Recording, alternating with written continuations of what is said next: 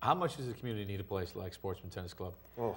Every community needs a place like Sportsman's Tennis Club. We did a strategic plan over the past year or so and realized that within a 1.5 mile radius of the club, there are over 10,000 K through 12 age students living in that area. Really? So 1.5 mile radius of the club, within a 1.5 mile radius 10,000? of the club, over 10,000 students in the K through 12 grade level. Wow, okay.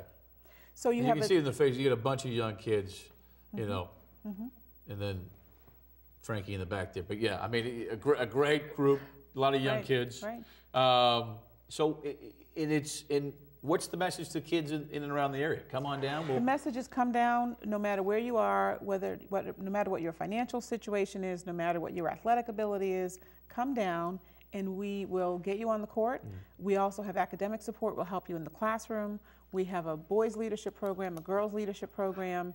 Whatever it is that you're looking to do, even if you don't know that you want to do it, you'll find it there.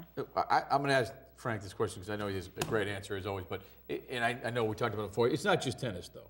No, the tennis is a means to tennis is the a life tool. lessons. And I mean, granted, we want to make great tennis players, but more than anything, good human beings. I mean, a lot of these kids, they don't have both parents at home, and we were fortunate, we were blessed. Yeah. Mom and dad sent you to tennis. I had mom and dad the same thing. But and you realize it as you get older, too. Oh, yeah. You don't realize it. Yeah.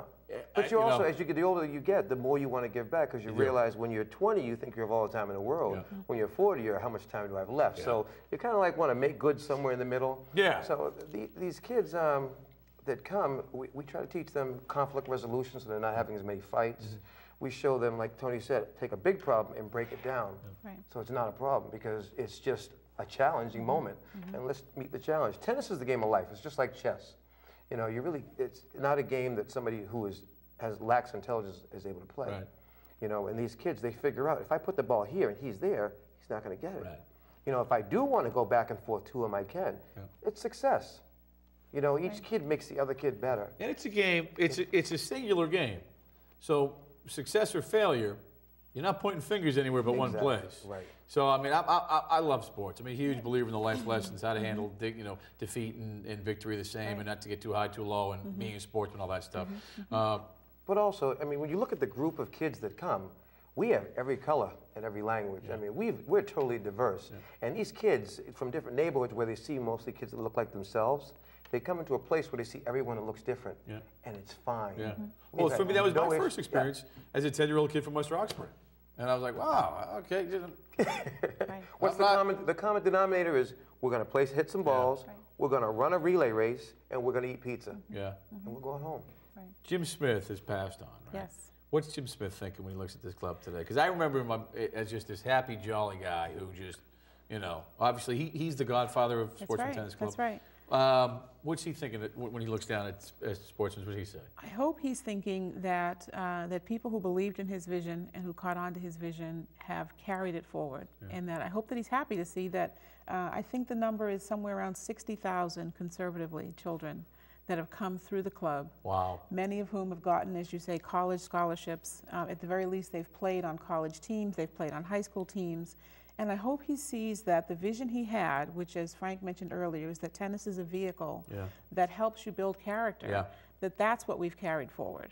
Success can come in, can look a lot of different ways, as you said. I mean, I know I asked you guys out in the hallway, what are some of your bigger success stories? And I'm like, any pros, college, college scholarships. You've had a lot of those.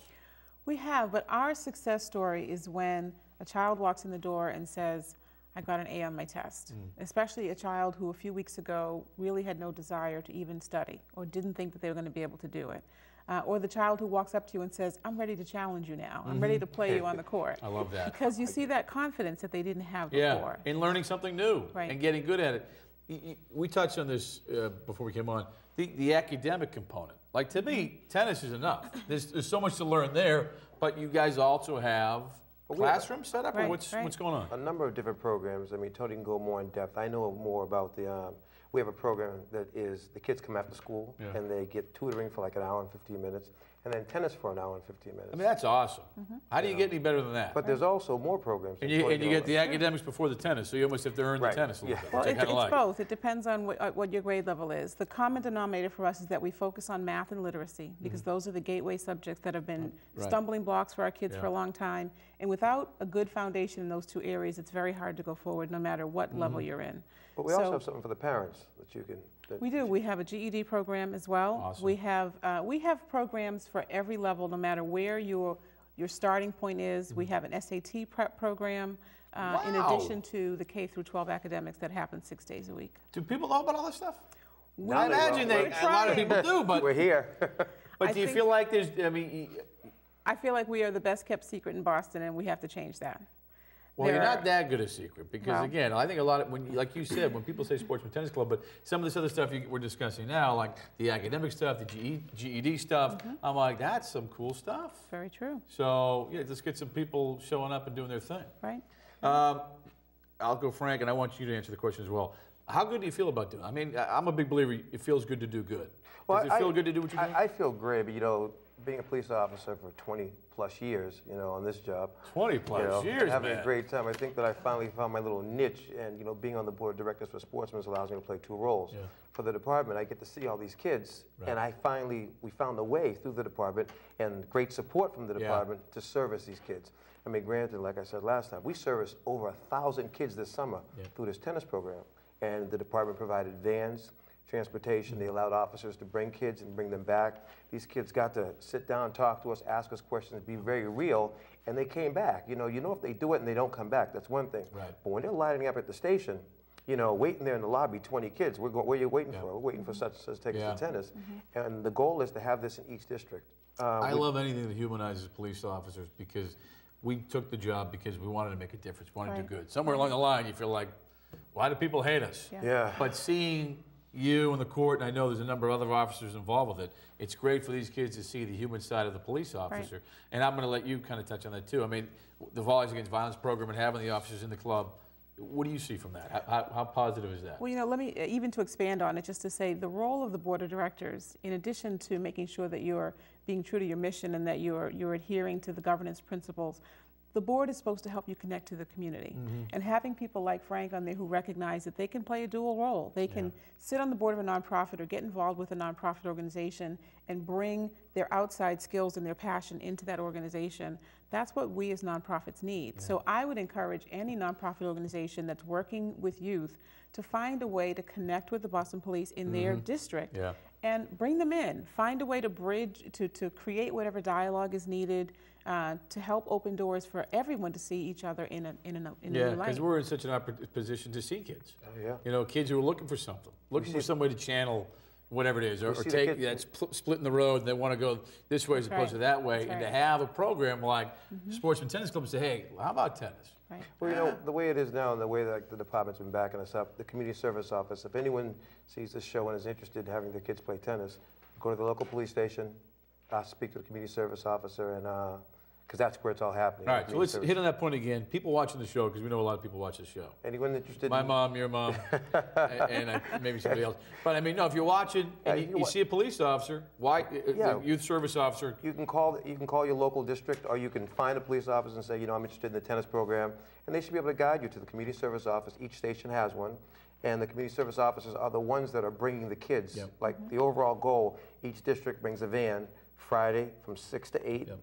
They get pizza, the district van brings them back to the district, and then they go home. This is on a Friday night. I love it. Those are key hours. They're not going to get in trouble. They're going to have a great time. We're going to feed them, and we're going to send them home. Or you can get there on your own. You can also just come walk on your in own. the doors walk of the club. door. All right, we got a couple minutes to go. Dave, if we can show the full screen again before we say goodnight, and just the question, Gala. If I buy a ticket to the gala, some say gala, I Yes. say potato, you say patata. Right. What's going to happen? Why buy a ticket to this event? The ticket to the event not only gets you a good time, but obviously it's how we keep our programs for free. It's how we keep the roof over our heads and the lights on. Pay the bills. But when you get there, you're going to see, we're going to recognize Hubie Jones, who's been a force in the community for decades. Okay. We're going to recognize Teray, who's an STC alum that you see on BET and MSNBC, and who's an accomplished author. We're going to recognize Shanda Rubin, who was at one point #6 in the world. Whoa. We've got live entertainment. Athene Wilson will be performing live. We'll have a DJ, and it'll be a chance for us to look back and say, yes, we've been here 50 years, Yeah. but now we need to go forward. Go forward. Frank, and again, folks, feel free to look at the screen as Frankie's talking, but it's more than just a ticket to an event. You're actually investing in your community. But why buy a ticket to the event? And again, folks, here's the information on your screen, and this is why you need to go to this event. Well, you look at all these kids, and we want to do another 50 years, and the more, if you give, it ensures the kid will be able to continue to come. I mean, give of yourself, give of your soul. I mean, believe me, like I said, it'll benefit you in a long way. And you come down as an adult, as a child, as a grandparent, or even, you know, you've never played tennis. Come on down and experience what we have. And you can buy a ticket, or you can sponsor a table, or do Absolutely, whatever. and you can do all of that on the website. Okay. And sportsmanstennisclub.org, please, folks. I mean, 50 years. They've been around 50 years, not by accident. These folks are doing some great stuff. You can't say enough about it, and I love it. We want to see them do another 50 years. And are we done? Do we get time for one more question, or one more time? I'm told I got one more minute. For you, what's the best part about what you do? The best part about what I do is watching the kids. And I do want to say that even though we love to have a 4-year-old pick up a racket for the first time, and we focus on the fact that you don't have to be the best, you can just do your best. We do have kids that go to state tournaments, and we do have kids that go to the sectionals. We have kids there that are ranked as high as number 5 in New England. And there are very few organizations out there that are doing both the community tennis and the highly competitive tennis. Yeah, the instruction's no joke. I mean, and the record speaks for itself. You get, what'd you say, 15 ranked players or something? That's right. I should have been one of those ranked players. Last question to you. What's the best part about what you're doing over there? Well, my gift is being a police officer and being a Sportsman board member, because I get to see the kids that are doing nothing, and I can just grab them. My captain has been gracious enough to say. Do we need to thank anybody, too? That should be the final question. Thank you. On my end, Magoo's Pizza, the residents of South Boston have been great. Clayton Turnbull, who's been very, very supportive. My friend Seth Greenberg, who is owner of the Woodward restaurant down in downtown Boston. Magoo's has been great. Ed Davis.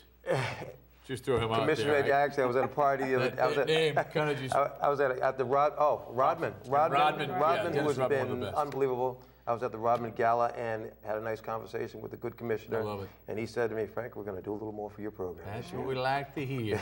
Guys, thank you so much. Superintendent Evans. Superintendent Evans, too. Couldn't do it without. My favorite superintendent. Thank you. Thank you. This was awesome, and I hope I know this is going to be well attended. January 7th. You're crazy if you don't buy a ticket to this event. Thank my guests again. Yeah, thank you for throwing that up there, Dave. Frank Williams, Tony Wiley. January 7th, 50 years of excellence. The golden anniversary in Foxborough at Christina's Function Hall. Please go to the website at the bottom of your page. Make a donation, buy a ticket, buy a table, do something.